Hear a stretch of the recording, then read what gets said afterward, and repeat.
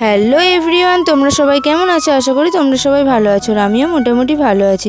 আজ হলো জামাই ষষ্ঠী, তাই মা সকাল সকাল ঘুম থেকে তুলে দিয়েছে। আর ঘুম থেকে তুলে দিয়ে বললো যা মাংসটা নিয়ে আয়। তাই আমি তো মায়ের বাধ্য মেয়ে, সেই জন্য আমিও চললাম মায়ের কথা মতো মাংস আনতে।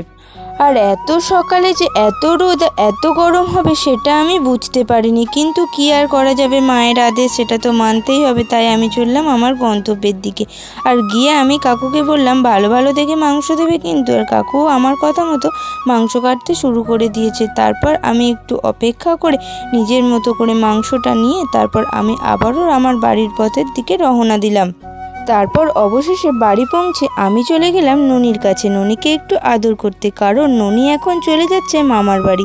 ওর সাথে এখন এক সপ্তাহ দেখা হবে না, তাই মনটা আমার ভীষণ খারাপ। তাই আমি ননিকে পুরো এক সপ্তাহের মতো আদর করে নিলাম বেশি করে। আর ননির মনটাও খুব খারাপ, কারণ ওকেও তো ওর মানুষদিকে ছেড়ে থাকতে হবে, তাই না?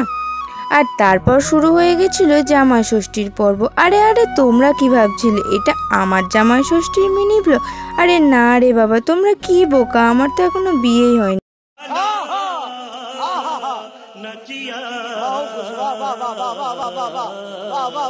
এটা হচ্ছিল আমার বাবার জামাই ষষ্ঠী। আমার দিদার জামাই ষষ্ঠীর সব কিছু রিচুয়ালস করে নিল, আর বাবাও আমার দিদাকে একটা প্রণাম সেরে নিল। তারপর আমরা চলে এলাম লাঞ্চ করতে। আজকের মেনুতে ছিল ভাত, আলু ভাজা, বেগুন ভাজা, পটল ভাজা, লবণ, লেবু, কাঁচা পেঁয়াজ, আম, দই আর চিকেন কারি।